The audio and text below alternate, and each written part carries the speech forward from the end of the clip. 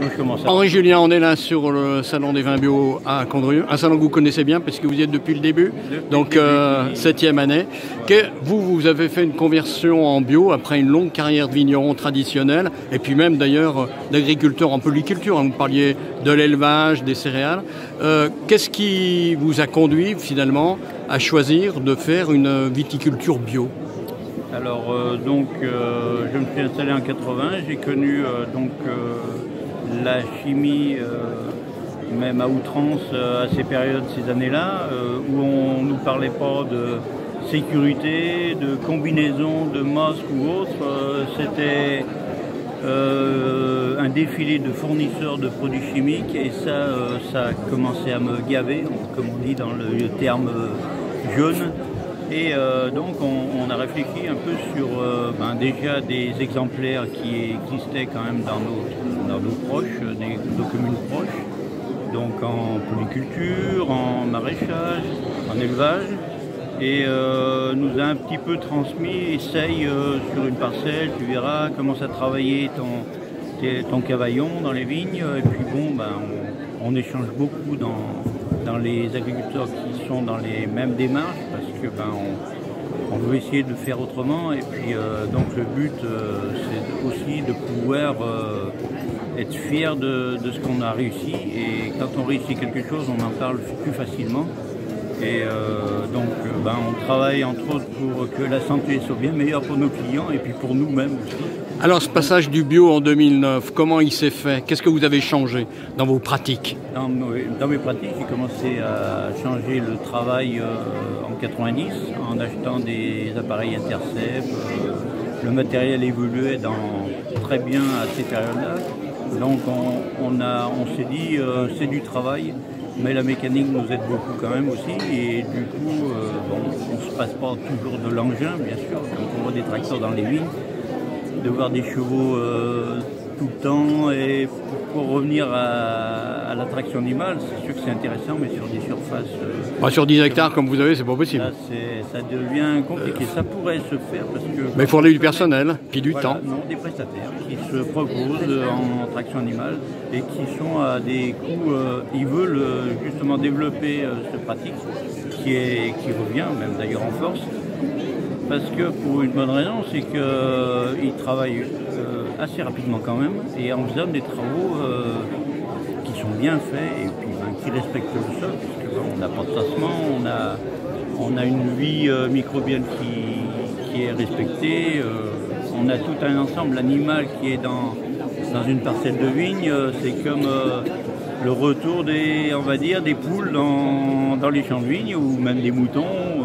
Pourquoi pas un jour, je verrai bien, on appelle ça de la grille animale, enfin de revoir des animaux dans les vignes. Moi je suis pas contre, mais ma fille en parle. Pour ça il faut quand même avoir des parcelles bien regroupées et pour autant pour pouvoir justement canaliser un peu toutes ces bêtes qui sont dans nos vignes. Ça c'est ce qui se passe à la terre, et puis il y a ce qui se passe à la cave. Alors à la cave, ça change quoi d'être un viticulteur bio? En viticulteur bio, la vinification, il faut partir sur des levures naturelles, donc les levures indigènes qu'on appelle. Et ces levures indigènes, on s'est rendu compte que malgré tout, avec l'absence de la chimie à la vigne, la vie est plus... le jus est bien plus vivant. La vie microbienne est vivante. Voilà. C'est un enchaînement qui est cohérent en fait, parce que du coup, c'est pas une chance que la cuve démarre, c'est que les levures se développent. Bon, bien sûr, il faut travailler dans la plus grande propreté au niveau hygiène, au niveau cuvage, au niveau matériel de récolte.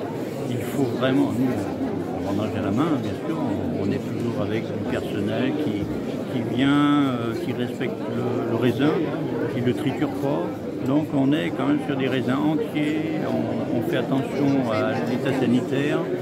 S'il y a des raisins qui sont pourris ou voire 2-3 graines un peu abîmées, on les enlève. Et du coup, ces petits détails font qu'après, une fois que c'est tout rassemblé dans une cuve, ça fait bon vivre. Voilà. Ultime question sur ce terrain-là. Souvent sur les vins bio, on voit marqué présence de sulfite. Est-ce que ça fait quand même un vin bio? Qu'est-ce que fait la présence ou pas de sulfite dans un vin? Qu'est-ce que c'est la dose de sulfite? C'est vous qui allez me le dire. Parce que justement, on est sur des fois des vins qui sont très droits, très très sulfités, mais qui sont très durs, justement, qui sont brûlants, qui nous donnent même des fois des maux de tête. Pour garantir en fait un vieillissement et pour garantir la droiteté d'un vin. Nous, ce qu'on voudrait, c'est surtout respecter le vin et de pouvoir l'apprécier tout de suite, c'est-à-dire un vin vivant, qui ne soit pas cloisonné par un produit qui va en plus de ça donner une allergie pour certaines personnes, il faut le dire. Et on est sur des dosages très très bas.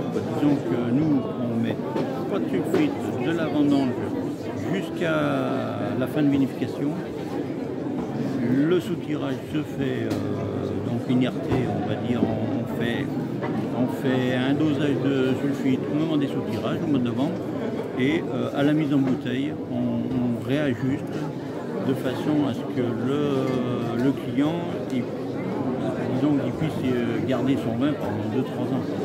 Voilà. Et voire plus, hein, parce que naturellement, des fois, des vins nature, on peut les garder sans sulfite, on peut les garder 4, 5 ans.